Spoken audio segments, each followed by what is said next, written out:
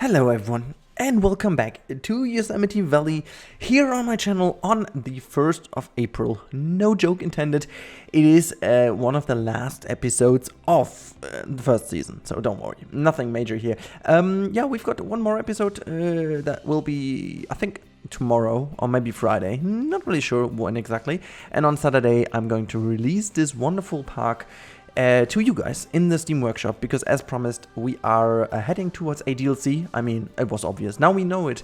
The South America DLC is coming. For those of you who haven't seen, for whatever reason, the announcement videos of me, the lady, or whoever, and obviously the one of Planet Zoo themselves, it is going to be a South American inspired DLC which contains 5 new animals, which are a capuchin, whatever, a little monkey, which is awesome. Then we do have a jaguar. I think that's the fan favorite. But we also have pretty interesting other animals, which is a giant anteater, so something for our night house to consider here. And we also have a llama, which I'm super excited about, as well as a new frog, which is the green tree frog, I guess it was. So yeah, quite a lot of great animals for this update. Or for the DLC, it's not an update. And it'll come along the free update, obviously. And this is going to be really exciting and definitely something to consider for the Season 2 of Yosemite Valley. That said, I'm not exactly sure if the seasons will always go along with DLCs, because seriously, no one knows exactly how it's going to be in the future, especially with the current situation in the world. That said, this current DLC obviously has been in planning for longer than the last 3-4 weeks, so that they could stick to the schedule as of now is pretty much easy in inverted commas, because most of it has been done already. So final tweaking and stuff has been made now, I guess. But so it's not surprising. But who knows how long this whole situation will continue to be that way. So it might potentially be that in the upcoming month, the delay is going to be real. And who knows, because as I said, we know Frontier, they're pretty predictable when it comes to their schedule. So I think the next DLC we can definitely kind of expect in July, around-ish, June, July, even though I do expect it's going to be like July, I guess, mainly because that's how they do it always. And yeah, I would be surprised if it's going to be June. And also, I really do hope that that's going to be a bigger one. However, that's just for me and for you, just a little talk about this, and yeah, I think it's just, yeah, I'm just really excited to get a bit of tropical vibes in here. We do have to say though, it's gonna be a bit interesting how to fit them in. I mean, the llamas, I do have a certain idea how to integrate them pretty nicely indeed, but the major issue obviously is going to be the tropical animals, which I don't want to force the jaguar into the big cat house. I mean, originally you would be able to put it there because that makes sense, but I feel like it's not really going to be the best idea to have it there. So yeah, we really have to look into how we can make this happen, maybe with a tropical house, maybe we have to consider something else. So I'm willing to investigate if the giant anteater is having a place in our night house, because there is still some space to expand it, and I am willing to expand the night house. But I'm also maybe investigating if it might make sense to make a tropical house which has a night house part, which somehow would also be quite, well, dull, I guess, because we already have one. Who knows? I'm really open to it, and this is why I want to have a clear cut in these things. And yeah, it's really good that I did have the time to have this live stream on Monday. So again, if you are not yet a sub or a follower, I should say, on Twitch, I highly recommend to go there. And now I took the name. I'm not gonna cut that out. So it's here. But if you're not a follower there, please consider doing so, because if I'm going to live stream, I mostly do it there, and you can mostly catch me doing this stuff there. And yeah, next week on Tuesday, I'm trying to also go live with the new DLC, and we can check that out just in live. and try to get our hands into the first ideas that we can do here. Well, that said, we definitely need also to consider what is going to be alongside the new items and the new animals, because I don't want to focus solely on the new animals. I will do something extra, I guess. I have got an idea. We have to look into how that turns out to be, but I wanna treat it a bit like I did with the Arctic pack, where I did this conservation island in the Arctic, the aviary project. For those of you who are new, I did a certain dedicated research project where we had a Arctic research station that did take care of the Arctic animals, and so the polar bear did not really have a habitat, like not an enclosure. It was the open habitat, was the whole map, and it roamed around, and the story was to have this conservation area there with the research station in the center. And I'm going to do something in that sense as well, not going to focus on conservation this time, but I'm not exactly sure how this will turn out. I have to figure exactly how this can be, and to keep it in, again, a very short and doable framework, I'm gonna say. So like something that is like 4 to 5 episodes ish. I know I'm gonna end up in 10 episodes. I know myself too well, but yeah, if I aim at 5, I might be good with 10, you know. But yeah, there is enough time for me to talk about that, because in the background you can see pretty much I'm only finishing up this corner over here, which is between the chimp house and the sequoia area, which is quite a bit of an interesting house now, because it really hides away nicely in the foliage of this area. I'm a big fan of how this turned out in the end. Also, people in the chat were really yeah, I'm gonna say that the area was really I'm not even sure how exactly to take an approach on that, but I really found this area to be really interesting because of all the nature and stuff. But then again, it was a bit empty and a bit dull, and I don't know. And so I think we found a good solution for this area, and I used the enrichment items especially to make this area look a bit more backstage-ish. And people were a bit confused that I used them, because I haven't done it before. So here's a little advice: if you want to, you can use the most of the enrichment items as well.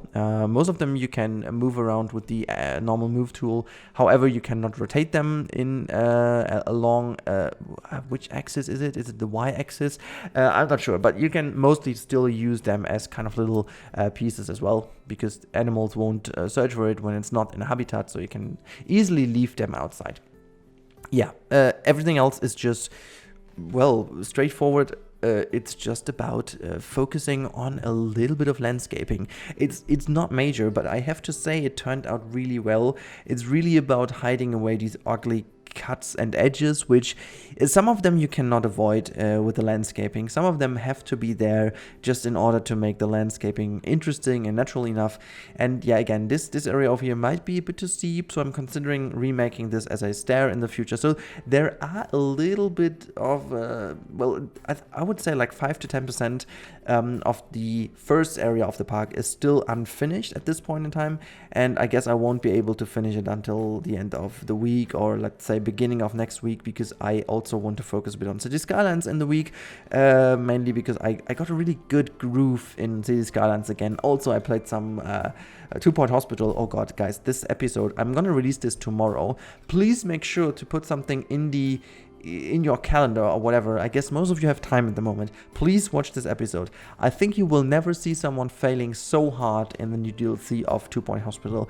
I planned to release this episode a week ago. I got early access to it, and I love to do it, but first of all, I completely, I don't know why, but I completely ignored that I have to unlock the DLC. So I was like, hell yeah, let's play just 2 levels to get the groove and then go into the DLC. No. And so I played, I guess it was like all levels you needed to play until you unlock the DLC, and then I just jumped into the DLC in the same recording session, and I was like, I will do this easily, okay? And I failed so freaking hard. I don't know, it took me ages. At some point I made a lot of cuts, because the episode will be long anyways, but I made some cuts, so I think it would have been 3 hours or something, and I saw other people doing it in like 30 minutes. I was like, what exactly did I do wrong? It's completely carnage. It's insane what I am doing wrong. But it's fun. I think it's a lot of fun to watch because you're constantly face palming yourself because of me, and you're constantly hating me and shouting at the screen what I'm doing wrong. So if you like that, please make sure to go over and watch it because it's insane. Anyways, most of you are here for this episode. Let's talk about what is going to happen. Well, I mean, as I said, there's not much to talk about because it's mainly filling up the empty spots here in the sequoia area. Again, it's not fully done yet, but it really adds a lot of it to the area once you have this foliage in. It makes it all feel more alive. It feels more tangible. It feels more kind of realistic in terms of how the forest should look. And yeah, it's just really, really good. It's amazing. So, okay, now we are approaching a new build, and that is a bridge. I made a little break here so I could concentrate again on what I'm doing here, because this bridge, I don't know what exactly I did wrong, but you will see in a second that for whatever reason, it was tilted. And I had no idea why. As you can see, it drove me completely nuts. What the hell is happening here? And even more weird, I did some aligning with the free move tool, and for whatever reason that worked too. So not only it was tilted in the first go, but then I completely re-rotated it with like the free move tool, which never works, and for whatever reason it worked. I think there was some kind of weird stuff going on here. But I don't care too much because in the end it did work out the way I hoped it would. The bridge, I think the bridge is really cool. The bridge really made this area feel finished. And I don't know how long I left this bridge completely empty and completely open. So sometimes I do have this kind of behavior that I move on to another area and just completely leave the old area alone and unfinished and empty. And I tend to like this a lot because going back at an area makes me look at it with a fresh mind and then redo some things to the better. But it also drives me nuts because I always leave myself so much work, and at some point I need to really get into finishing areas a bit more. I will never do this, don't worry. I'm just saying that now, and I do know that in like half a year's time I'm going to listen to this episode again, and I'm like face palming myself because how I was so naive to believe that I will ever change. I'm not. I'm a human being, you know. It's really. I think let's take the last couple of minutes to talk about this real quick, because at this point in time, at work, I'm really working on the current situation in the world and how this affects the behavior of people. So I'm doing a lot of research in terms of motivational triggers and how the Maslow theory goes into that. And honestly, I don't believe that people will change too much after the crisis, mainly because the people are humans and they will not stop being humans. So yes, at this point in time, certain motivators are not existent simply because they are not relevant to us right now, and not because we don't like them or whatever, but because of the other ones being so awfully strong and overlaying everything else. It's just, in this kind of situation, some of the normal motivational triggers are not existent. Easy as that. However, it's not like that we will change our behavior afterwards too much because we liked it or we think it's good. It's because we needed to. And in the future, it'll be a little bit of a time, at least that's my honest opinion. There will be a little bit of a time where we will still be a bit different because the crisis is still very close to us. But the more we move away from it, people will fall back into their old behaviors. Some minor percentage might change their behavior for long term, but most of it won't. And that's just simply hope human. But I mean, that's the way it is. I think it is the way. But that shouldn't be too much of an issue because everything is good and will be good in the future. And yeah, till then, have a great time, guys, and make sure to stay awesome and keep you enjoyed. Watch the videos, do whatever you want, and enjoy your time. See you next time. Stay safe and goodbye.